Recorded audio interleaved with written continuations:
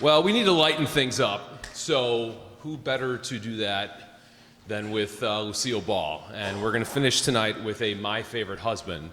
You probably know Lucille Ball from her big TV show, but before she did that, she did My Favorite Husband on CBS, and it really was the precursor for I Love Lucy and showed the network that they had this unbelievable female talent who could do so many things. And as television became really the premier medium in the 1950s, they realized they had a star and they wanted to create something on television for her. So you hear a lot of I Love Lucy in this show, and you can kind of see what CBS saw, and obviously they were right, because 60 years later, I Love Lucy's still on TV, and it's still brilliant. So let's go back to December 20th, 1949, and listen to My Favorite Husband.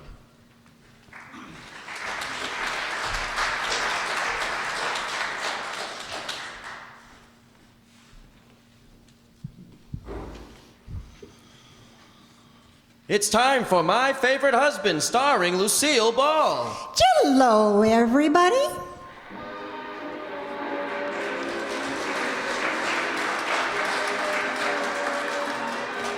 Yes, it's the fun new family series starring Lucille Ball with Richard Denning, brought to you by Jell-O Family of Desserts.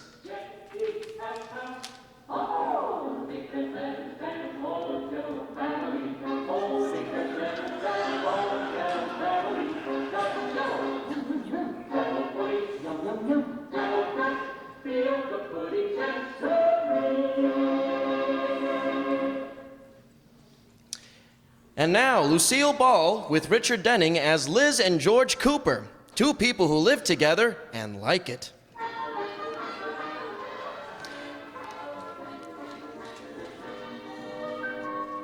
As we look in on the Coopers, it's morning and there are 7 shopping days left until Christmas. George is eating breakfast and Liz is in the kitchen with Katie, the maid. Katie, Yes, Mrs. Cooper. have you any idea what George is going to give me for Christmas? Has he said anything? Not a thing. Oh, darn, I've got to find out. Why? Well, I'm knitting him a sweater, and if he's giving me something wonderful, maybe a measly sweater isn't enough to give him. Oh, On the other hand, if he's giving me some dinky little thing, why should I knock myself out knitting him a beautiful sweater? why, Mrs. Cooper. Oh, Katie, you don't think I'm serious. It's the thought behind the gift that counts. It doesn't make any difference to me what kind of a fur coat George gives me. Well, I wish I could help you. Oh, don't worry. I'll find out before he leaves that breakfast table. Here, give me the coffee. I'll take it in. Oh, jingle bells, dee dee dee dee dee. Good morning, dear. Good morning, Katie. What? Oh, sorry, I was reading. Good morning, Liz, darling. Oh, how's my little husband this morning? Oh, fine, thanks. Is there anything I can do for my sweet little ever-loving baby boy? Yes. What? Stop trying to find out what I'm giving you for Christmas. Oh, you. Come on, George. Iris knows what she's getting. Mr. Atterbury is giving her a mink stole for Christmas. How does she know? She already picked it out and charged it to him. Well, that's a pretty good clue. Are you buying me a mink stole? If I bought you a mink, it would have to be stole. I made it funny. But it wasn't very. Oh, Oh, well, if you won't tell me what I'm getting, at least you could sort of give me a hint. all right. It's big Yes? and it's small. Huh? It also has long, shaggy hair and 3 wheels. Takes out ink spots and run 8 days without winding. That's what your mother gave us last Christmas. It is not. Say, we never did find out what that was for, did we? Oh, come on, George. Tell me what I'm getting. Well, I'll tell you this much, though. I bought it, and it's in the hall closet. And I want you to stay out of there, understand? Understand. All right. Now, kiss me goodbye, honey. I'm late for the bank. Okay.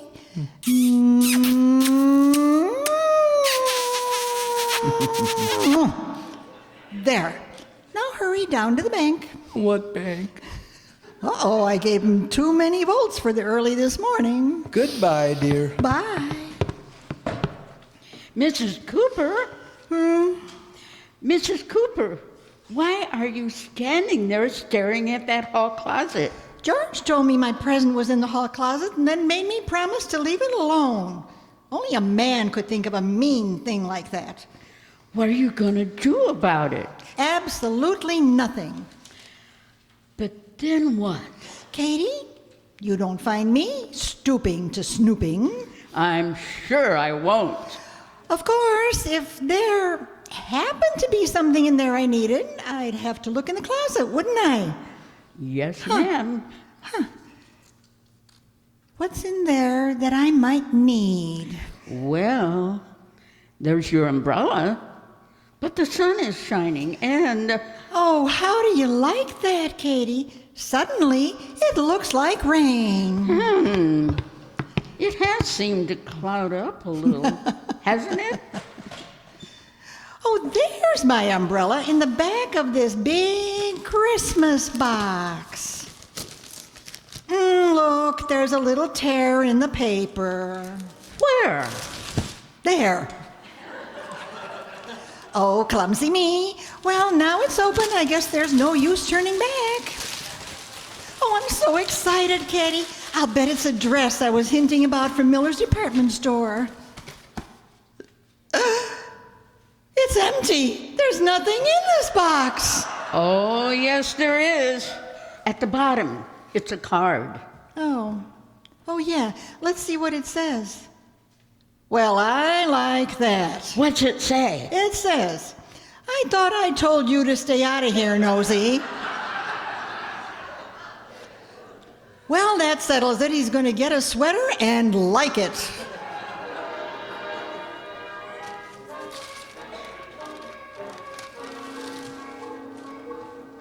Purl 1, knit 2. Purl 1, knit 2. Oops! I dropped a stitch. Oh, dear. Well, I can save it if I just put my needle through this loop. Oops! There goes another. Oh, I guess I should have pulled this through. Oops! Whoops! Oh, well, I was going to do that row over anyway. Darn, this is slow work. Are you having trouble, Mrs. Cooper? Oh, I'm having an awful time with this sweater I'm knitting for George. Is that a sweater? Well, what does it look like? That's a very good question. Oh, I know it's a mess, Katie, and I can't understand it. I followed the directions exactly. Let's see. What's this thing sticking up here? Looks like a sock. It is. It is? Yes, the directions said pull 3 inches and then knit a foot. Oh, Mrs. Cooper, it didn't mean that. I thought it seemed odd. I thought maybe I was knitting socks to match the sweater and I could cut them loose later. I see. Well, the rest of it is, wait a minute, what's this hole for? That's the neck? Oh, then what's this hole next to it for? Oh, how do you like that? I left 2 openings for his head.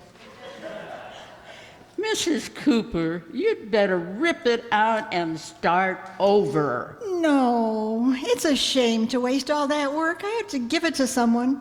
Do you know of anyone with 2 heads, Katie? Not offhand. Oh, wait, I know. I'll knit a belt on the other end of it and he can use it for pants. No? No. I'm not good for anything. I wish I could knit like George's mother can. She doesn't even look at it and it comes out just perfectly. Oh, that reminds me, Mrs. Cooper. Mr. Cooper's mother called before and said she was coming over this morning. Oh, Keen. I wonder what Nosy Rosie wants. She didn't say. Maybe she's just coming over to visit. Ha! Mother Cooper never comes over just to visit. She comes over to see what I'm doing that I shouldn't be doing, what I'm not doing that I should be doing, and what I'm doing that if she were doing it, she'd do it a lot better. Oh, Mrs. Cooper isn't that bad. Oh, let's face it, Katie. She only lives to see how badly I keep house. An unmade bed is like a transfusion to her, gives her strength to run her finger along a table and see if there's any dust on it.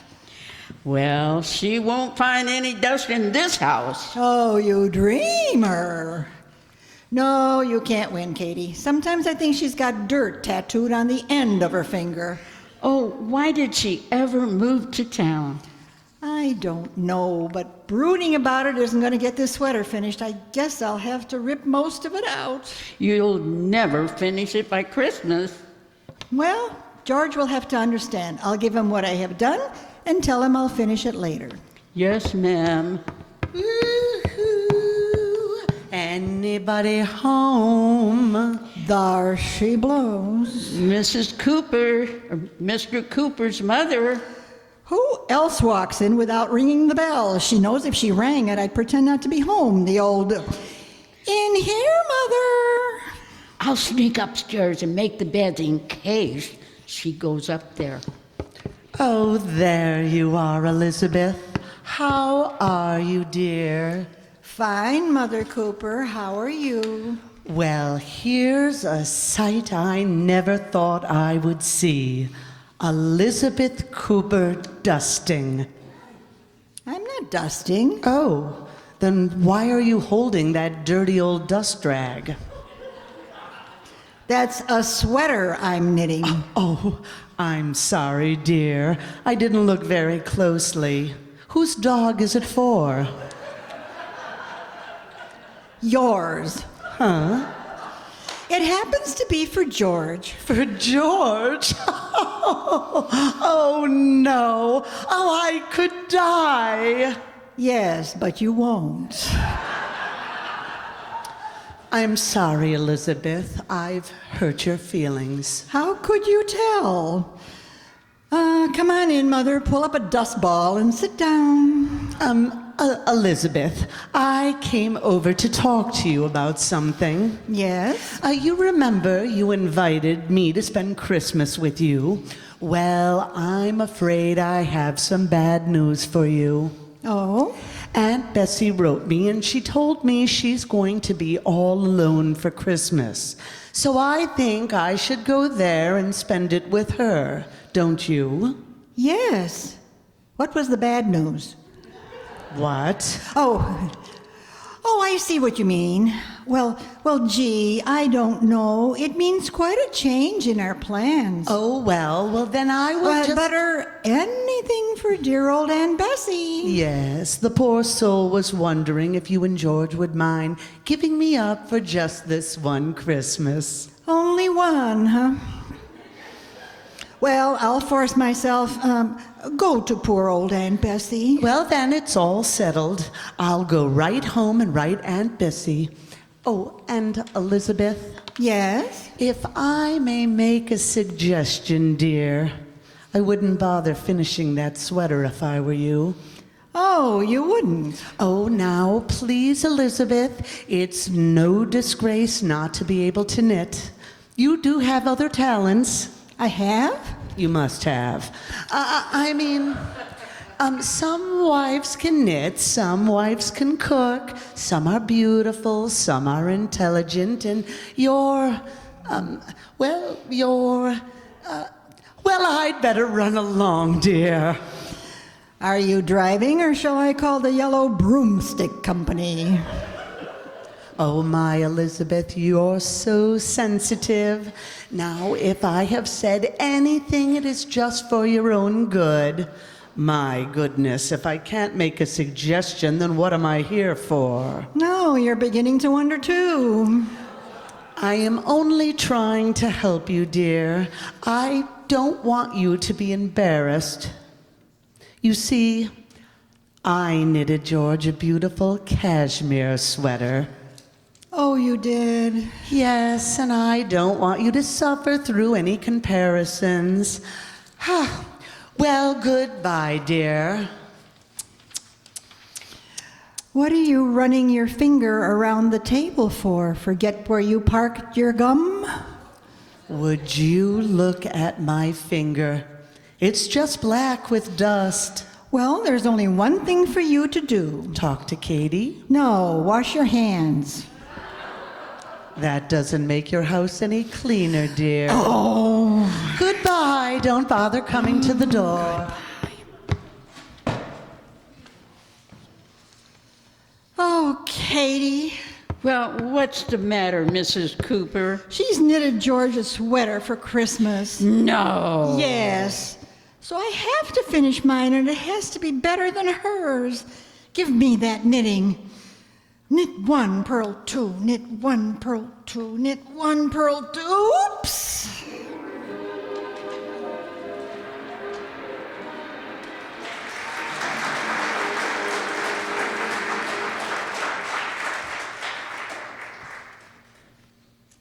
Well, it's dollars to a dish of Jell-O that Liz will have a tough time getting out of that spot. But look, here's a holiday treat for your family they sure won't want to exchange.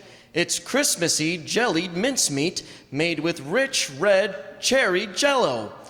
Just prepare cherry Jell-O as usual, and when slightly thickened, fold in 1 cup of moist mincemeat. Chill until firm in individual molds and garnish with rum-flavored sweetened whipped cream. Good? Why, it's the zestiest holiday dessert that ever made Christmas merry. Sparkling red cherry Jell-O, luscious with tempting mincemeat.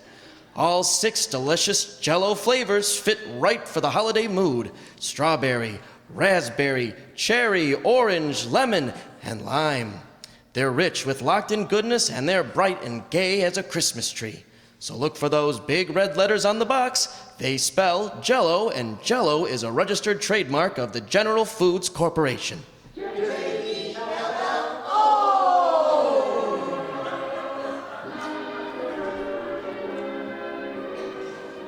And now, back to the Coopers. Liz is still busily working on that sweater that she has vowed to finish for George by Christmas time. Knit 1, purl 2. Knit 1, purl 2. Mrs. Knit Cooper! Knit 1, purl 2. Knit 1, purl 2. Are you still up, Mrs. Cooper? It's 3 o'clock in the morning. What day? Oh, I can't help it, Katie. I have to finish this sweater.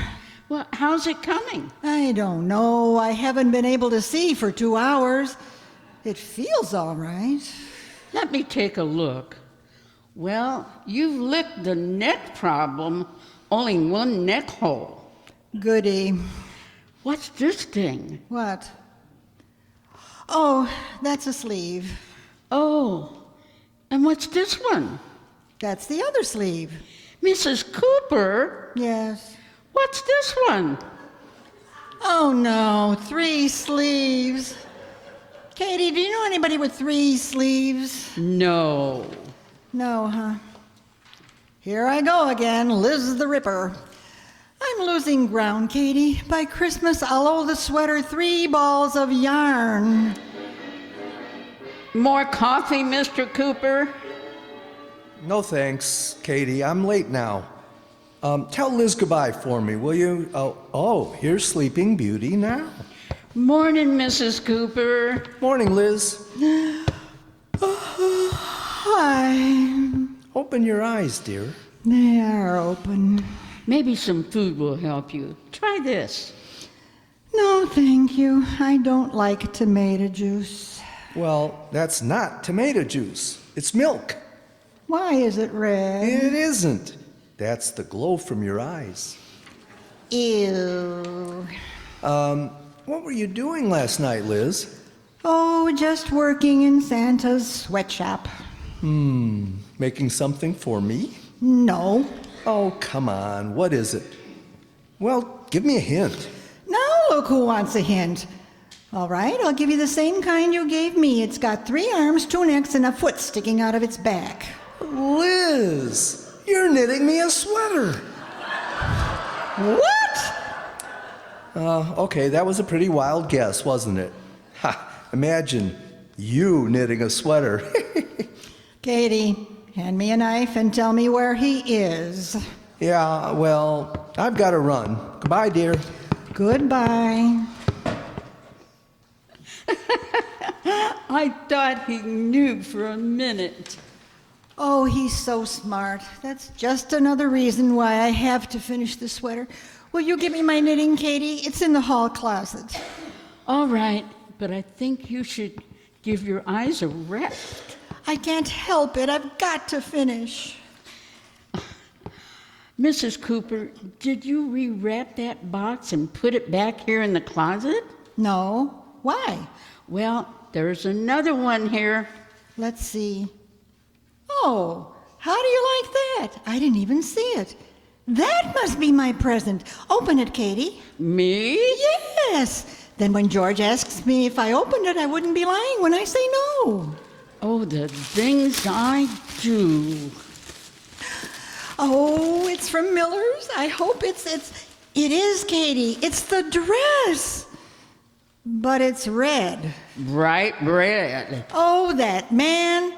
What was he thinking about? I can't wear red with my hair. If I put that dress on, I'd look like an unguentine ad. Well, you can get it exchanged for another one after Christmas. No, I can't. They only had one green one my size, Katie. I'm going out and exchange it right now. But what will Mr. Cooper say when you open the box on Christmas and the dress is green? I'll tell him the color ran. So long, Katie.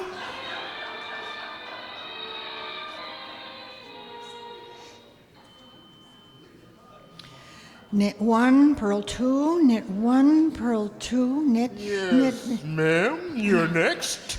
Just a minute till I finish this row. Knit 1, purl 2, knit 1. There. When you get that sweater finished, are you going to try to exchange it? No, I'd like to exchange a Christmas present. You? I beg your pardon. I'd like to exchange a Christmas present. Aren't you a little bit late for last year? It's this year's Christmas present. Oh, well, in that case. Oh, what day is this? The 20th. Oh, for a minute, I thought I'd overslept. I just happened to receive this present a little early. Ooh, we've been snoopy, haven't we? Never mind. I'd like to exchange this for a dress that's the right color for my hair. Well, I don't think we have a dress that shade. Why don't you take a black one and give it a henna rinse? Oh, I'll bet you're a scream when you get out your chicken inspector badge. Will you exchange this dress or not? Well, I'll exchange it on one condition. That you return my telephone cord. Now, what would I be doing with your telephone cord? Well, I don't know, but you've got it knitted into your sweater.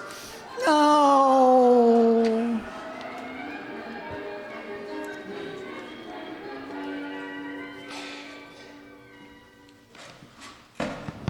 Well, I'm back, Katie. Did they exchange it? Yes, I got the most beautiful Kelly green dress you've ever seen. Good. I'll get it.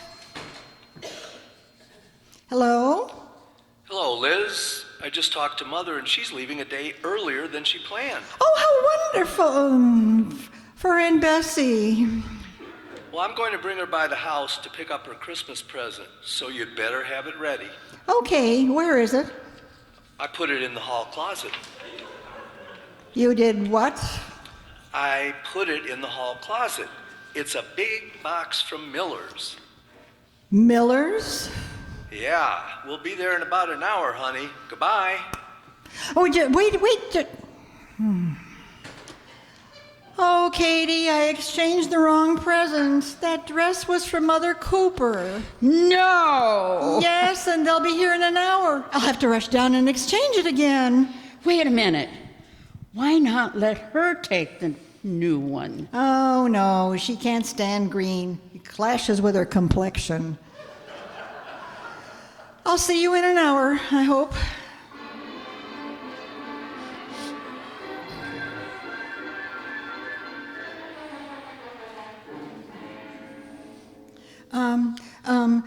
Pardon me. Yes, ma'am. What can I do for... Oh, you. I'd like to exchange something, please. Well, that... What goody have we picked our nose on into this time? Now, look, I'm in a hurry and I want to exchange this dress. Didn't you just exchange a red dress exactly like this? Yes, I'd like the red one back in exchange for this green one. Don't tell me. I know. You've rented yourself out as a stop signal. Please, I don't have time to explain. Well, won't it still clash with your hair? No. Oh, I get it. You're going to dye your hair green. No. You're going to shave your head. All right, I'm going to shave my head and paint it green. Now, may I have my exchange slip? Yes, certainly. Here. And, miss, What? will you bring your head in and let me see it?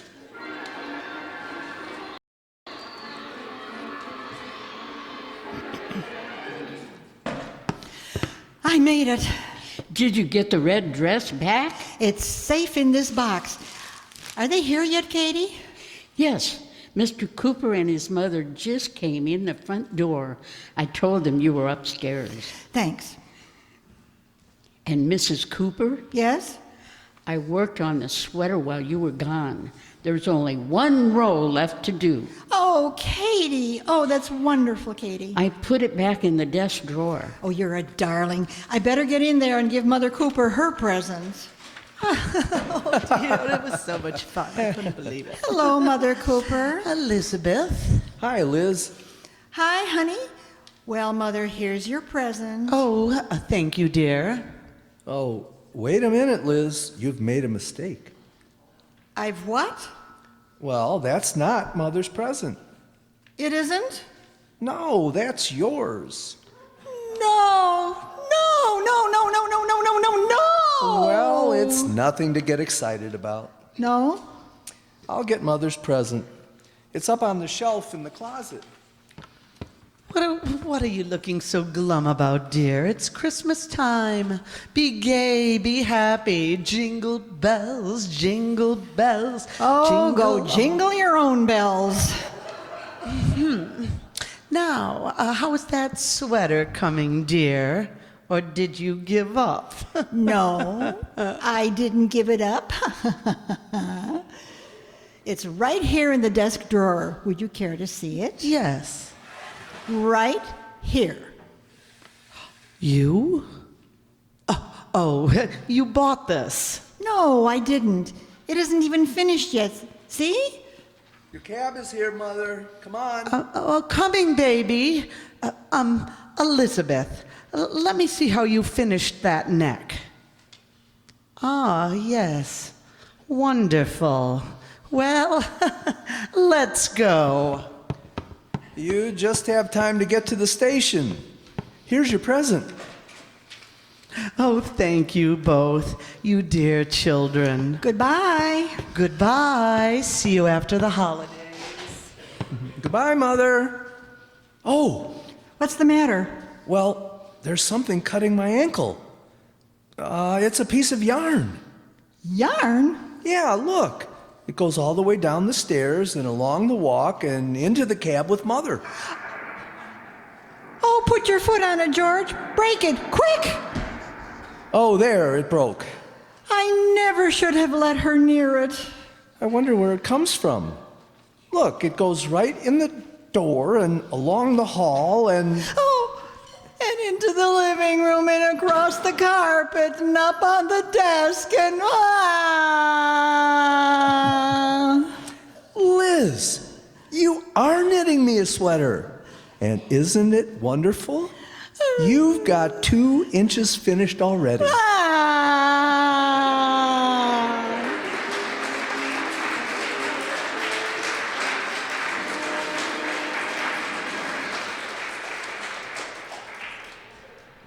Oh, Bob Lamont. Yes, Lucille? Where to tonight? Come, Robert, we're going back to the dawn of the civilization, the days of the caveman. Of course, no one will understand caveman language, so I will translate. Wilbur, a little prehistoric music.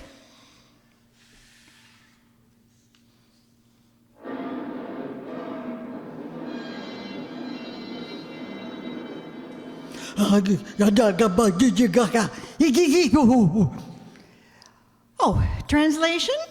Get up, Neanderthal. Civilization just dawned.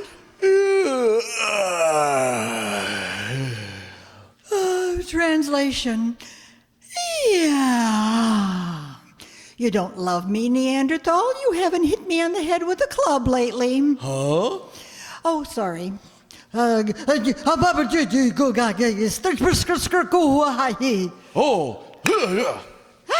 Ouch! I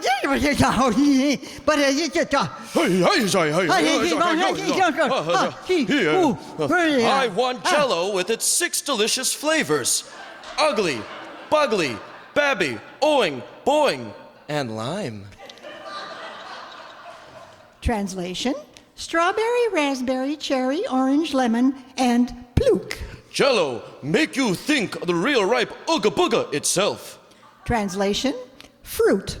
So look for big red letters on the box. They spell Jell-O and Jell-O spells a treat. Because the flavor is locked in and can't get out till your first delectable spoonful. Translation: yum, yum, yum. Good night, Neander Bob.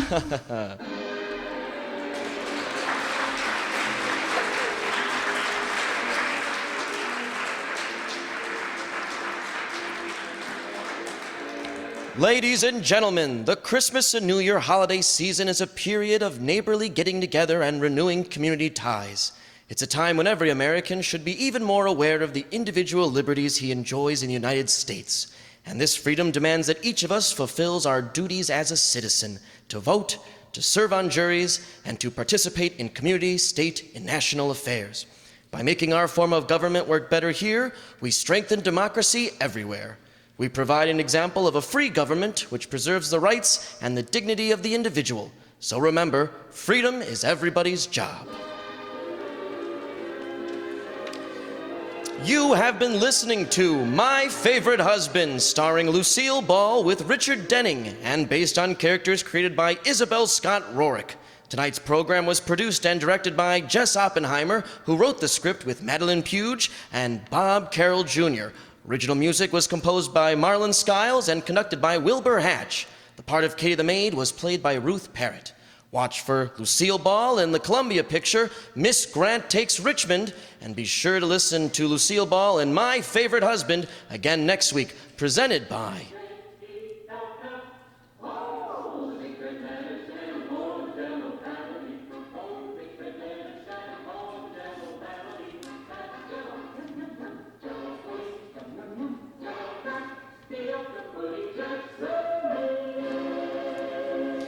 Listen to Lucille Ball and My Favorite Husband again next week.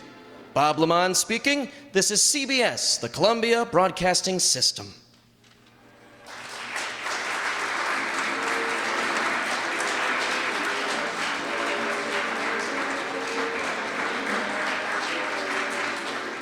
Now let's meet the cast of My Favorite Husband. The clerk that had enough of Liz at the store that was frustrated was the frustrated Andre Dixon.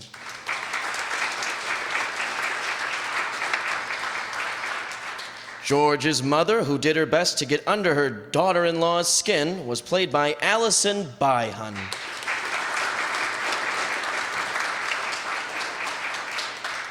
Liz's husband, George, who was just trying to have a nice Christmas with the family, was played by Jay Summerfield.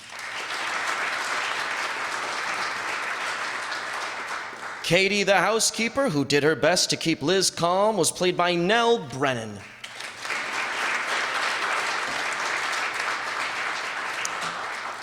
Liz, who struggled with her mother-in-law's knitting that sweater for Christmas, was played by Ellie Babka.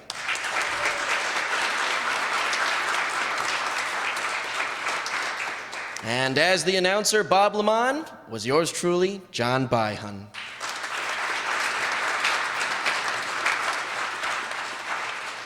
And now to tell you about next month's shows, I would like to introduce you to January's director, Marty McNulty.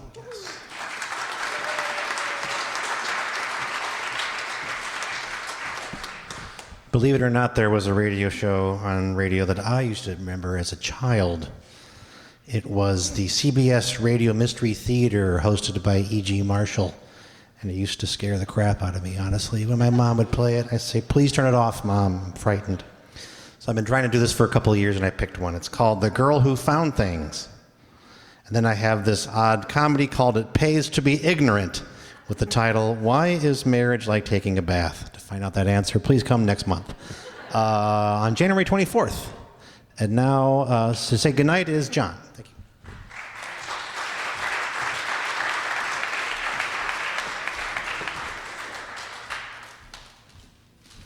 We have a few people to thank, being our last show of the calendar year. We can't do this without the support of the Riverside Township Board, both past and present. As we said earlier, this is our 21st season. In January, we will begin our 4th decade of doing this, and without their support, that wouldn't happen.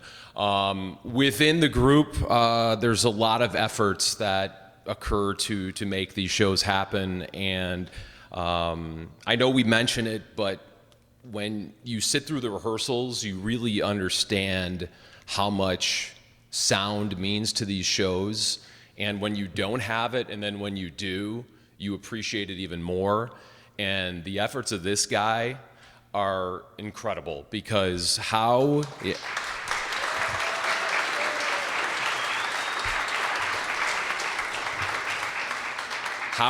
he finds sounds, makes sounds, and does it with just incredible ability is astonishing. And I always say sound is one of the most underappreciated things. You don't appreciate it when it's good. You know it's bad if it's done poorly, but it's never bad, because he's incredible at in making all these sounds happen.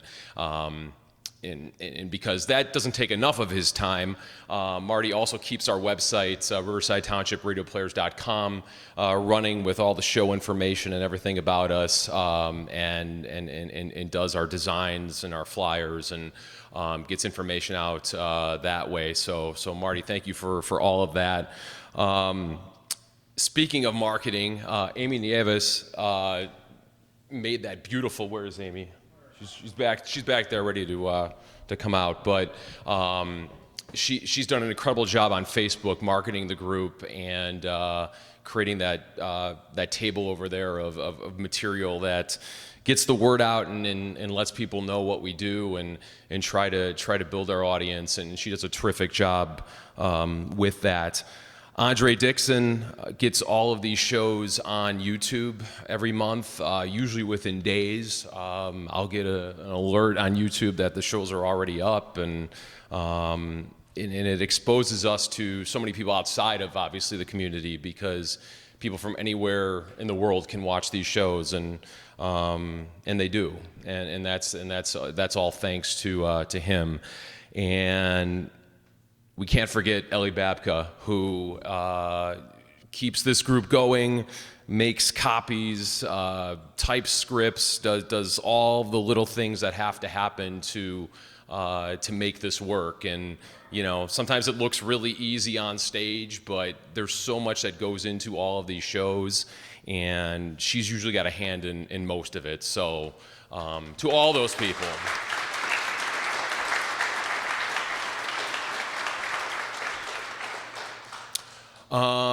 The last thank you is to you, because the truth of the matter is, if people didn't come to these shows, this wouldn't happen. And as talented as everybody behind me is, your support keeps this going. And the fact that we're talking about 21 years and we keep going is a thank you to you, because you keep coming back month after month, and sometimes we have great shows. Sometimes they don't always hit the notes we want them to hit, but you keep coming, and we appreciate you investing this time and supporting us month after month.